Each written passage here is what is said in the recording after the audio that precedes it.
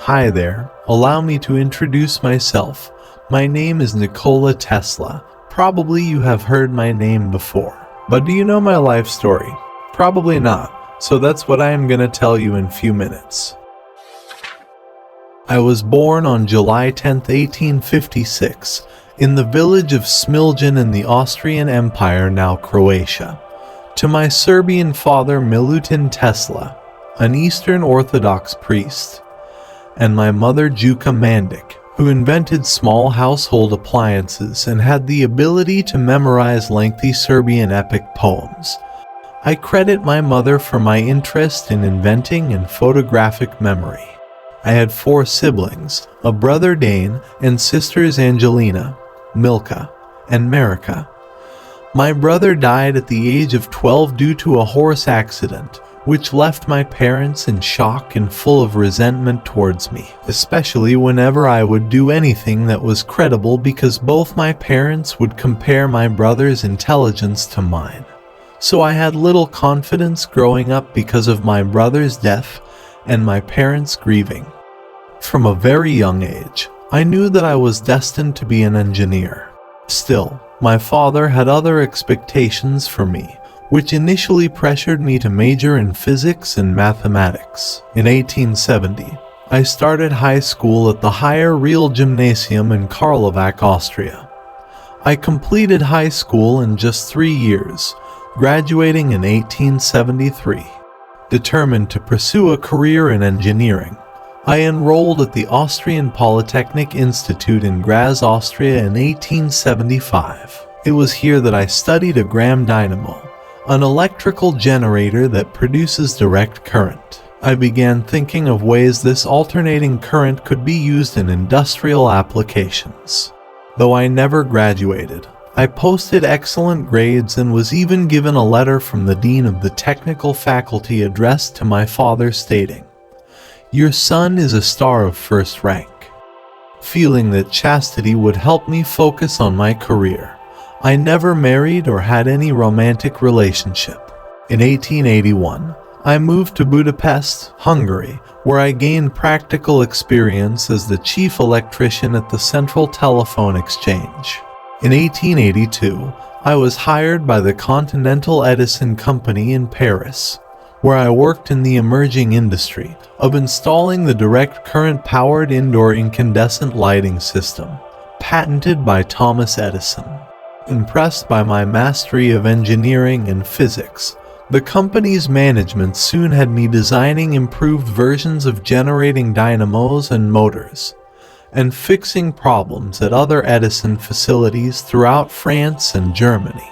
However, in June 1884, I accepted an offer to work at the Edison Machine Works in New York City, where Edison's DC-based electrical lighting system was fast becoming the standard. Just 6 months later, I quit work with Edison after a heated dispute over unpaid wages and bonuses. In April 1887, I, along with my investors, Western Union Telegraph Superintendent Alfred Brown and attorney Charles Peck, founded the Tesla Electric Company in New York City for the purpose of developing new types of electric motors and generators. In July 1888, I sold my patent for AC-powered motors to Westinghouse Electric Corporation, owned by electrical industry pioneer George Westinghouse. In this deal, Westinghouse Electric got the rights to market my AC motor and agreed to hire me as a consultant. With Westinghouse now backing AC and Edison backing DC, the stage was set for what would become known as the War of the Currents. Despite all his efforts, Edison failed to discredit my alternating current.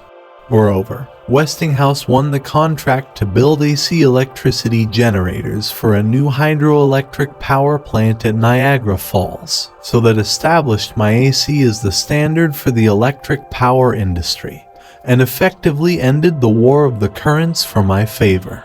In 1891, I patented the Tesla coil, an electrical transformer circuit capable of producing high-voltage, low-current AC electricity. I used my Tesla coil in experiments with radio remote control, and universal wireless power transmission.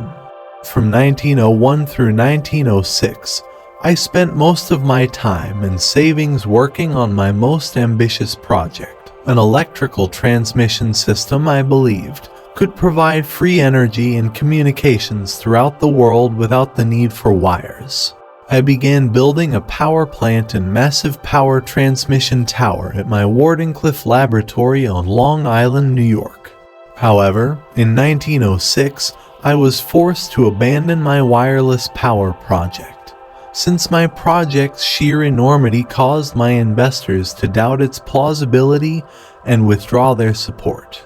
In 1922, I, deeply in debt from my failed wireless power project, was forced to leave the Waldorf Astoria Hotel in New York City, where I had been living since 1900, and move into the more affordable hotels. For the next decade, I would live in a series of hotels, leaving behind unpaid bills at each. Finally, in 1934, my former employer, Westinghouse Electric Company, began paying me $125 per month as a consulting fee, as well as paying my hotel rent. On January 7, 1943, I died alone in my room at the New Yorker Hotel. At the age of 86, the medical examiner listed the cause of death as coronary thrombosis, a heart attack. My body was cremated at Ferncliff Cemetery in Ardsley, New York. This was the life story of the father of efficient electricity, a futurist and an inventor, who holds around 300 patents worldwide. Sadly, the world didn't appreciate and realize the greatness and importance of my ideas and inventions. Only after decades of my death the world realized that.